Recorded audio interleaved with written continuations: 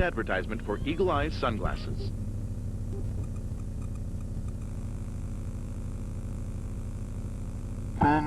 Make it happen, make it happen, I've been waiting all day to go riding. Of course, it's time again to make it happen.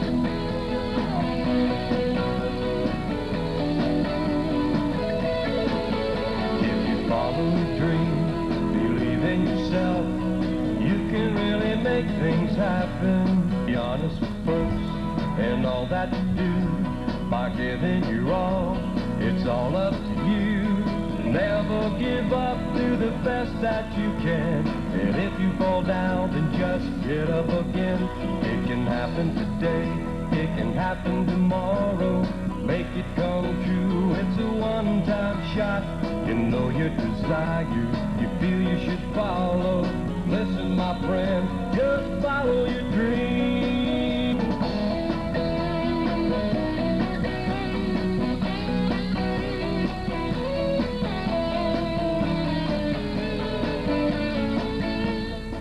Hi, welcome to another episode of Make It Happen. I'm your host, William Perry.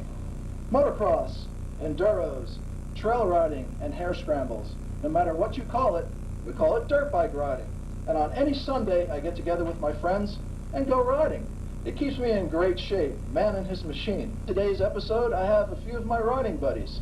I'd like you to meet my friend Barry Seuss, and he is riding his Yamaha YZ250. Also with me is Joey Kinsey aboard his RMX 250. Also with us is Robert Brune, and he is also riding a Suzuki RMX 250. Good friend of mine, John Centenary, is also aboard a Suzuki RMX 250. And William Perry, I ride a Yamaha WR 250. So please stay tuned. We have a lot of information for you and a lot of bench riding, which we call, well, when the weather's pretty bad and we can't go out riding, we sit around and talk about dirt bike riding. So come share some time with us.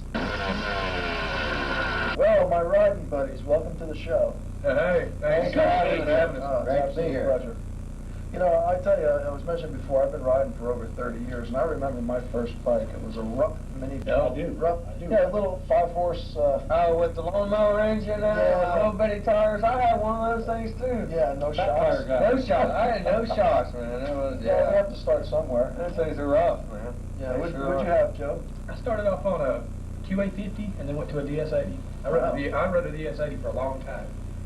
The DS80 is a Suzuki Enduro bike, right? Mine was orange. It's a banana bike. It wasn't a banana bike back It was, mine was orange, actually. It was a 78 model with steel tank. Yeah, back in the day, 2 shocks, you know.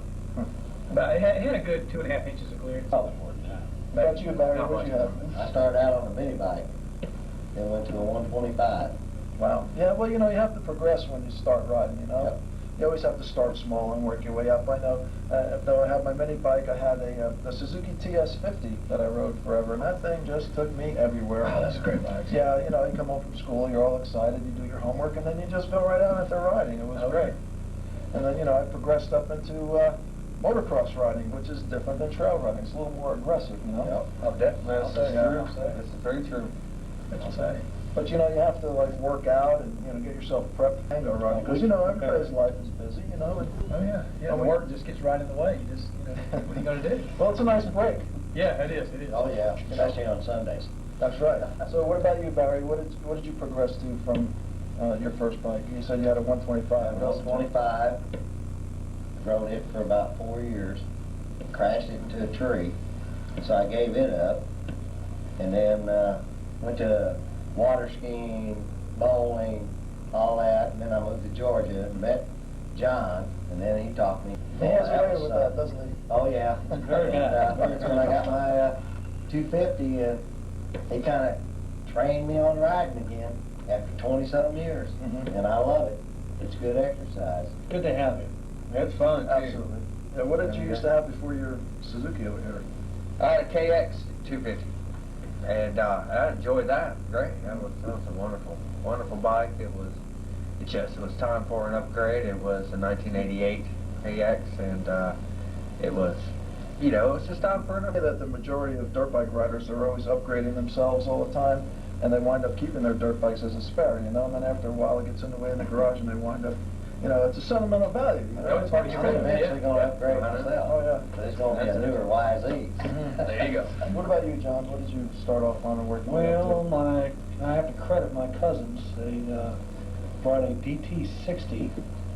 I lived in New York. They brought it up from Pennsylvania and taught me how to ride in my grandmother's yard. And my neighbor had a little Indian mini bike, and he got a KE 100, just as he did. And then I had to go out and get a job, and I bought my first bike. It was a DT 175. Oh, boy. Hey. And Nice bike. ruled the neighborhood on it, had a great time with it, and even rode on the street with it. It was street legal. And found it was too small for the road, so I bought a DT 400. And rode that for a little while. Never did get it on the road, but I fell over backwards into an RM 250 that needed a complete rebuild. Picked it up for a song and put it back together and rode it for about 10 years. And the rest is history. I've been, Ever since, been on yellow bikes. Had an RM for a while, and I had a Can-Am 250, an 83 Can-Am 250. I traded a junk car for it. Came out better with that. Yes, I would say so. And then I got the RMX here. I bought it brand new in '92. Been treating you good ever since, It's huh? a great ride, and I've enjoyed the hell out of it. That's great. I tell you, I've been places in the mountains that you just could not get to, and you can never get there the second time because you don't remember, because all the trees and the paths and the trails all look the same. But there's some so breathtaking. You know, I can remember sometimes riding up on the side of a cliff and there's a big drop off, you know, and all you just keep going up, and it's just, you know, it's awe-inspiring. That sounds familiar. You been to Houston Valley? The Billy Goat Trail. Better known as Hell's Hill. That's Yeah. right. Is it? Oh, yeah. He swore up and down he'd never take me down that hill. And I think he just kind of led us that way. We were lost. We're lost. It's not that bad after you're at the bottom, though, you know? No. You go down on your wheels and not the side. I'll tell you, you know, I used to race motocross when I was living back up north, and I was with the AMA, and I raced in the Pennsylvania circuit, and then went on to Englishtown, New Jersey, and I rode a RM 370. Now that bike was a hoss. That's when they first came out in the early 80s, I think it was, John Wright. They came out with the lay-down shocks. That was the late 70s. Late 70s. You know, everybody, when we were riding, you know, years ago, I mean, the rear shocks, if you've noticed, on older dirt bikes, they were pretty much straight up. So there was a lot of front, not enough rear. And the rear end would be bouncing all over the place. And then Suzuki came out with the lay-down shock, and we just couldn't believe, watching everybody else ride, how that rear wheel stayed on the ground. Then they came out with the full floater suspension. Yeah. So they're almost like pioneers in dirt because, you know, everybody remembers Roger DeCoster. You remember Roger DeCoster? That's a familiar name, especially for they're all Suzuki riders. Roger DeCoster, yeah. The man everybody wanted to beat until Yeah. Bob Hanna came along. Yep. Bob Hurricane Hanna. I remember that name. Name from my era. Let's face it, you know, sometimes you go 15, 16 miles deep into the woods. You know, there's no cell phone towers out there, you know, you got no phone. And you get hurt, you know, you have to be careful, you know, and you have to wear the proper equipment, right? You know, we always wear helmets and the goggles, and naturally the motocross crews that you know, come up here and seal off. You get scars on your leg. Yeah. You always Yeah, have a yeah, buddy. Have yeah. a buddy with you. That's about the best thing you can have. Keeps you fresh. Never ride alone. Yeah, yeah. Never yeah. ride alone. Need at least one riding buddy with you. Absolutely. And if you do ride alone, stay close. At least Oh, you know. yeah, yeah, You know, yeah. you know. Stay close to home. You can go mess around in the woods, but don't just keep it easy, you know? Oh, sure. You guys remember Monster Mountain? Oh, yeah. Oh, yeah. I don't think you joined us. I that day. know, I didn't missed join it. us. I am beating myself. Yeah, a special invitation to a motocross track, and there was a big name out there, James Stewart, Kawasaki Chevy truck rider. And I tell you what, that boy's quick. He's fast. Big time. You know you're slow when Oh, yeah. James Stewart goes by. Oh, man. Oh, my gosh. I think he took part of my graphics with him one time. He came out so fast, you know? Suck the color right off your bike. Hi, my name is James Stewart. I followed my dreams and I made it happen.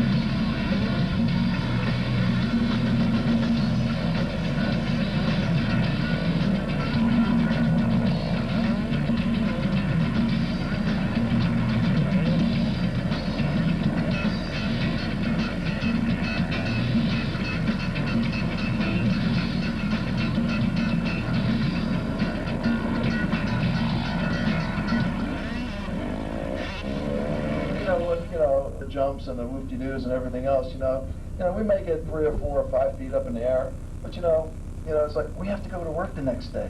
You know, we can't get hurt. And then you get these young guys out there a little more flexible than we are. It looks bigger from the bottom. My goodness, these guys catch some air, and they've got the lateral table where your bike actually goes in the air, and they lay it down flat, and then they come down and they get awesome stuff to see. Now, Mike Metzger, he's the one that did the double backflip back to back. He hits 4 jump, does a backflip and a 55-foot gap. This is the X-Cam. The second one, I think, is an 80-foot, and he busted the second backflip, but just, does one. Wow. That tells you Awesome stuff. It's a long way from the cross-up. Oh, yeah. Yeah, right. Yeah. Woo! Wow, look at this. We turned the handlebars. Yeah. Whee! Quick, we're coming down. Woo! Let's do it again. Yeah. Now, somersaults, backflips. I don't know some of the terms that they use for jumping in air, but actually they're letting go of the handlebars, grabbing on the rear fenders, pulling themselves back in. I mean, I know that when I'm in the air, I'm holding on, but I am too. Yes, I am. on the handlebar.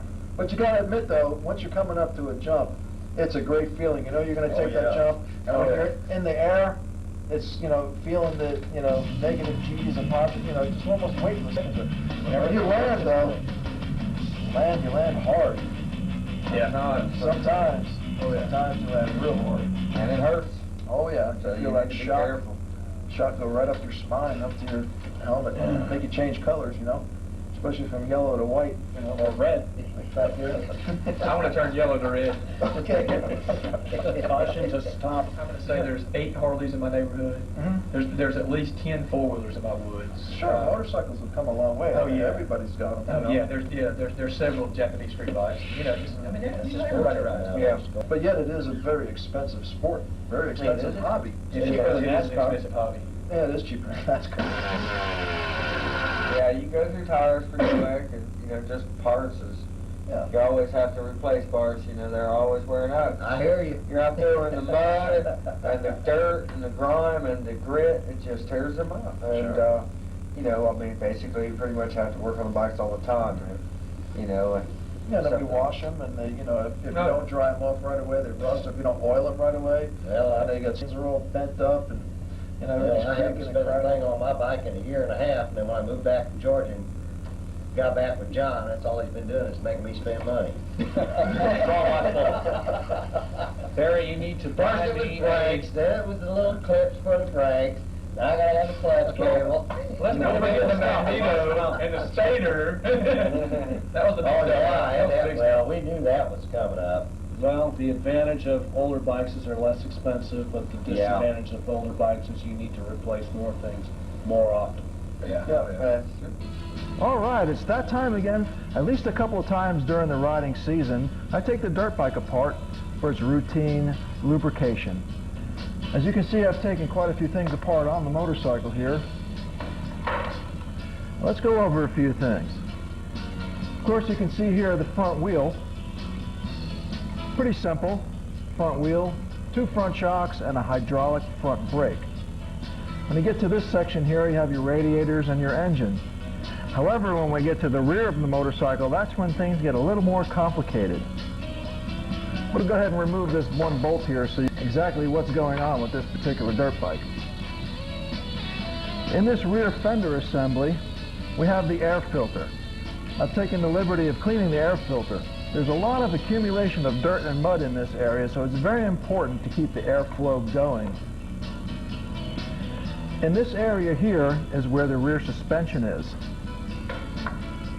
I've taken the hydraulic gas-filled shock absorber and I've greased the upper and lower bearings with new seals and adjusted the spring. This shock goes in. Also connected to the rear spring are connecting rods. Nice and slick. These connecting rods go in this general area right here. Also, there's chain rollers. The chain rollers help keep the chain rolling. Here's a new one and a used one.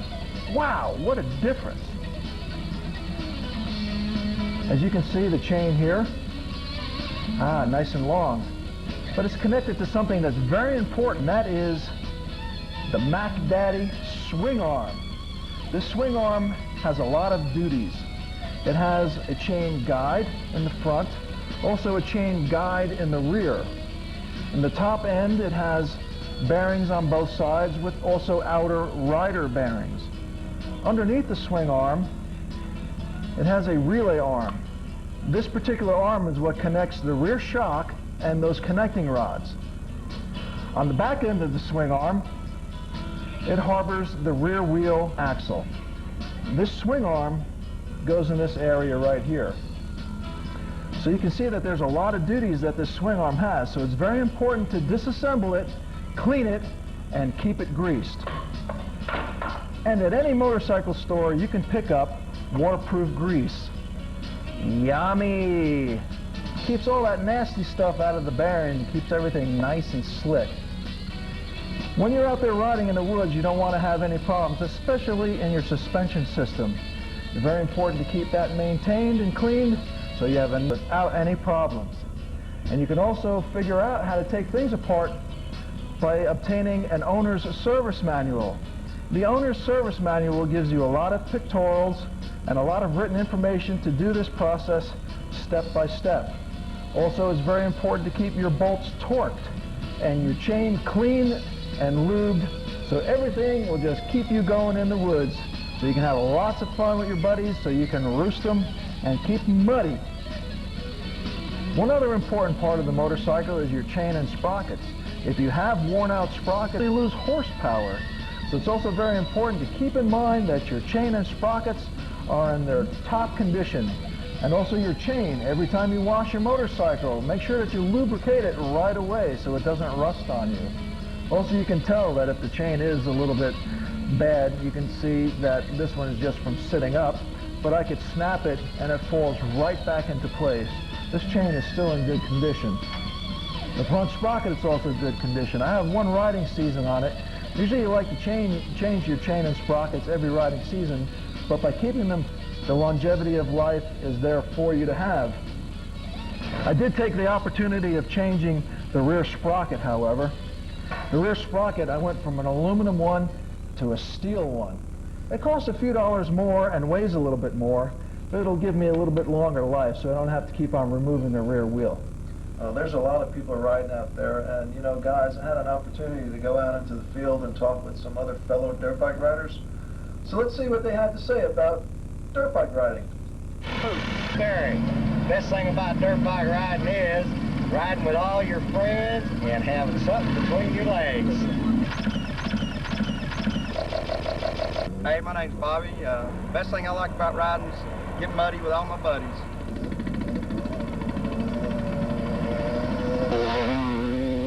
Hi, my name's Jason. The best thing I like about dirt bike riding is riding with your buddies. But the worst thing I hate about it is when you wreck and break something and you gotta go home. Hey, my name's Michael. I like jumping and riding wheelies.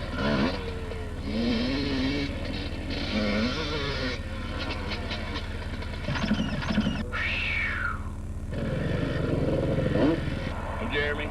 I'm Jim. The worst thing we hate about dirt bike riding is packing up and going home.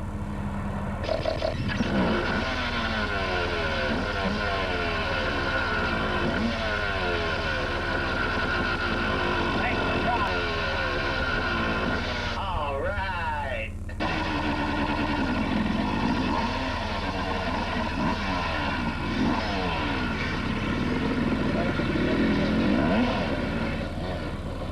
Hi, my name's Al. The best thing I like about dirt bike riding is wheelies and just letting it cut loose.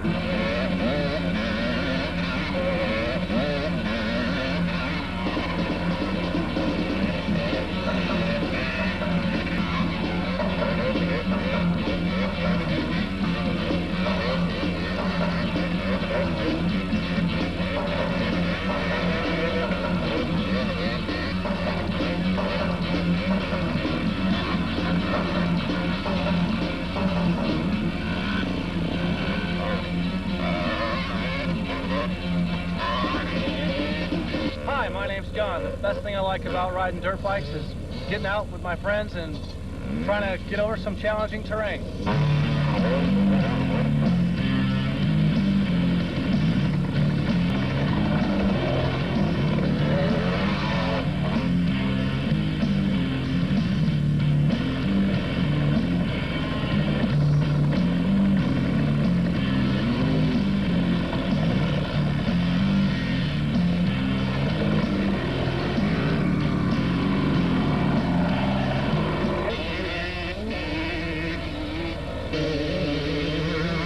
my name's Joe. The best thing I like about riding dirt bikes is getting airborne on 2 wheels.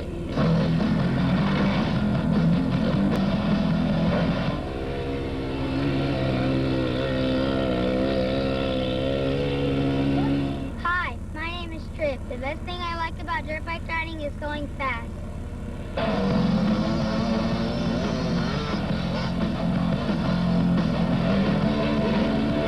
Hi, I'm William Perry. The best thing I like about dirt bike riding is on any Sunday I get together with my friends and play in the dirt.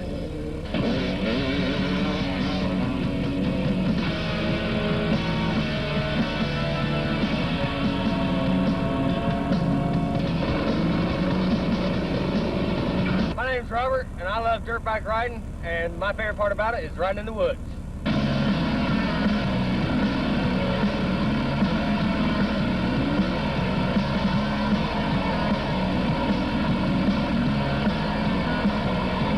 Oh, by the way, did I mention mud?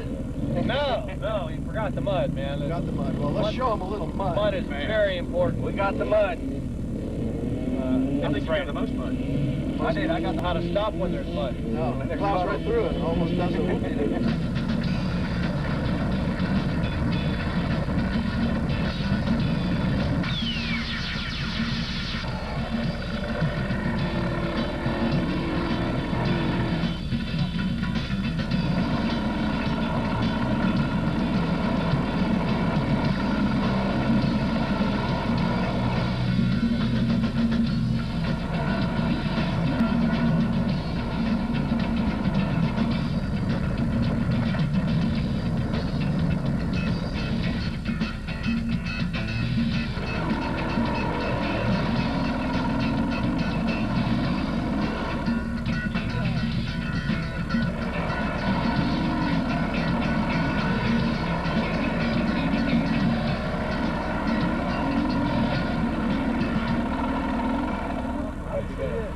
So, how did you like that? You know, these guys over here, they wanted to put some different colors on just to show you what some different riding apparel is available. It's nice that, you know, we're older gentlemen and we're still into stickers, you know? Oh, yeah. You know, you're a simpleton way. That's it. That's a 3-year-old's favorite thing is stickers, you know? Yeah, mine. Really? My refrigerator. I'll take that from you. Can I put it on my motorcycle, please? Is it just me, or do you guys, if you peel one off, you gotta put it somewhere else if it'll stick? Yeah. I stick them on my toolbox, but yeah, if I pull off my bike, Or stick it on a pole in the garage or the wall somewhere. Yeah, I think out of all the bikes that are back here, you know, I think, John, you're pretty much ahead of the game there with the sticker. I have a sticker sponsor. you'd think you worked in a bike shop, wouldn't you? Wouldn't you? Huh? Yeah. Well, you know, there's more and more people riding every day. And there's a certain thing called rider etiquette, or actually just courtesy out on the trails. Sometimes we're only 2 of us, but then sometimes there's 6 and 8 of us. You know what I mean? Well, Joe, we know you're always in the front. And Robert, we just follow you from all the mud splashes everywhere else. I obviously don't have any rider etiquette, then. And you guys are just like, you know, where's Bill? Where's Bill? You know, I'm always lollygagging in the back. I'm either falling in the mud or the pond or something like that, you know? You're filming. Most of the time. Most of the time you're filming, yeah. Well, a lot of trails that you encounter, 95% of them are going to be two-way trails. So when you encounter an oncoming rider, you should always veer. So if an oncoming rider veers to his right and you're veering to your right, hopefully you will not have a break in the back either. Nothing worse than having a collision. Worse. Of course, you're a personal victim of the head-on collision. I went right, he went left. We met. We lived to tell about it, but you know, I had some pretty hefty bike damage. Could have been a lot worse.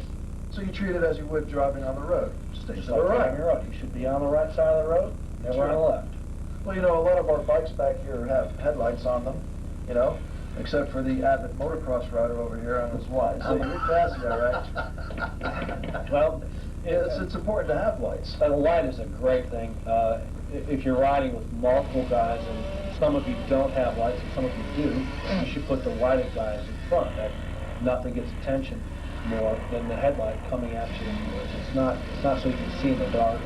It's a safety feature so that the oncoming people can see you. Let's just pack this stuff in, guys. Let's just, hey, the bikes are here. you know, Yeah. hey, you know, let's just hop on It's and that go. time, That's right? just What do you okay. say? Best thing to do. What do you say? There you go. Yeah. Here, here. We'll see you next Sunday on the trail. That's right. Got it. I'm William Perry. I'm Barry Six. I'm John Centenary. And I'm Robert Broom. And when you follow your dreams and believe in yourself, you can Make it happen. Thanks for watching. We'll see you next time on the trails. See you there.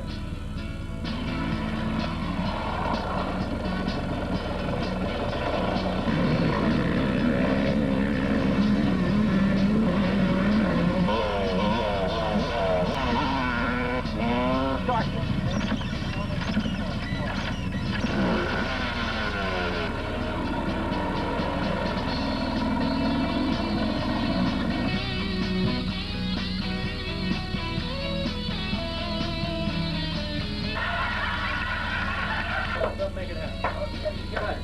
Make it happen.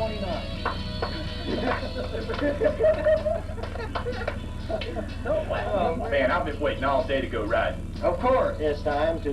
Hi, I'm William Perry, and the best thing I like about dirt bike riding, on any Sunday, I get to enduros, hair scrambles. No matter what you call it, it's called dirt bike riding, and that's one sport I actually... It's so cool.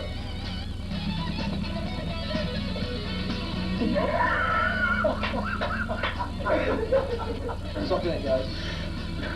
I've been waiting all day to go riding. Riding what? Right, that's what I'd say.